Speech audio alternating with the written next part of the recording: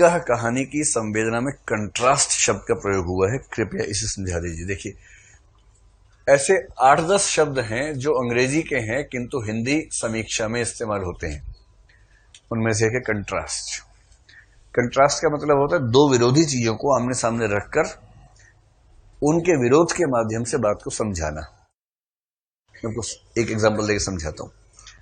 एक तो ये एस्थेटिक्स का नियम है। आप देखेंगे दो तरह के ड्रेसिंग सेंस दिखती है। एक तो ये कि किसी ने सफेद शर्ट पहनी है, सफेद ही ट्राउजर पहन लिया है, सफेद ही बेल्ट है, सफेद ही जूते हैं। फिर आप देखते बोलेंगे नमस्ते नेताजी, क्योंकि वो तो एक यूनिफॉर्म तय हो गई है उस क्लास के लिए कि वो ऐसा पहनेंगे। लेकिन आमतौर पर जैसे आप खुद सोचते होंगे, अगर आपने डार्क शर्ट पहन ली है तो आप जो ट्राउजर्स पहनेंगे या जीन्स पहनेंगे वो थोड़ी सी लाइट होगी या ठीक उसी रंग की होगी, थोड़ी सी लाइट होगी। लाइट शर्ट तो डार्क ट्राउजर्स पहन लेंगे। ये कंट्रास्ट का नियम है, क्योंकि कंट्रास्ट में दोनों चीजें एक दूसरे को सुंदर बनाती हैं। एक की बैकग्राउंड में दूसरे की सुंदरता उभरती है, दूसरे का मर्म उभरता है। अब मैं आपको एक एग्जाम्पल और देकर समझाता हूं।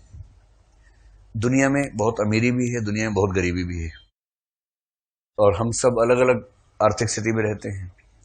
हमें अपने से ऊपर वाले हमेशा लुभाते हैं कि काश हम भी वैसे होते, और नीचे वालों को देख के लगता है कि बच गए, बाल बाल बच गए हम लोग। तो एक बार एक पत्रिका ने कैलेंडर निकाला अपना साल भर का। तो जब मैं विद्यार्थी था उस समय की बात है, वो कैलेंडर मैंने देखा और वो देख के मतलब लगा कि कंट्रास्ट इससे अच्छा क्या हो सकता है।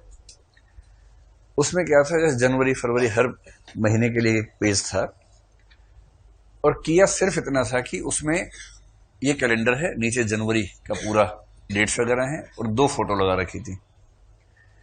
जो दाईं तरफ फोटो थी वो एक अमेरिका या यूरोप, पश्चिमी यूरोप की एक छोटी सी बच्ची थी, वही 4-5 साल की बच्ची होगी, पेट के बल लेटी हुई ऐसे करके, और पीछे पैर हवाई जैसे तरह उठा रखे थे, खेलने की मुद्रा में थी। और उसके पास एक वो जो टेडी बियर होता है, रुई का भालू, वो था। बहुत प्यारा टेडी बियर, उतनी ही प्यारी वो टमाटर जैसा मुंह था उसका, क्योंकि जिन बच्चों को पोषण अच्छा मिलता है वो टमाटर जैसे हो ही जाते हैं, बाकी करेले हो जाते हैं। क्या करेंगे, ये तो आप जो खाएंगे पिएंगे, जैसा जैसा पोषण मिलेगा वैसे ही आप हो जाएंगे, कि तो वेल एस्टेब्लिश्ड सिद्धांत है। उसको देख के दुनिया भर की ममता उमड़ जाएगी किसी की भी, इतनी छोटी सी प्यारी सी बच्ची थी। और ये उसको देख के लग रहा था कि सुविधाएं भरी पड़ी हैं। एक रुई का भालू उसके हाथ में, 3-4 भालू नीचे पड़े हुए, छोटे छोटे प्यारे प्यारे रुई के कुत्ते भालू सब वहां पड़े हुए थे, टेडी डॉग्स, टेडी बियर्स जो भी होते हैं, गुड्डे गुड़ियां। उसके साथ में दूसरी तस्वीर थी, वो सोमालिया की थी। सोमालिया का एक बच्चा जिसकी अंतड़ियां नजर आ रही हैं, भूख के मारे उसकी त्वचा सूख गई है पूरी की पूरी।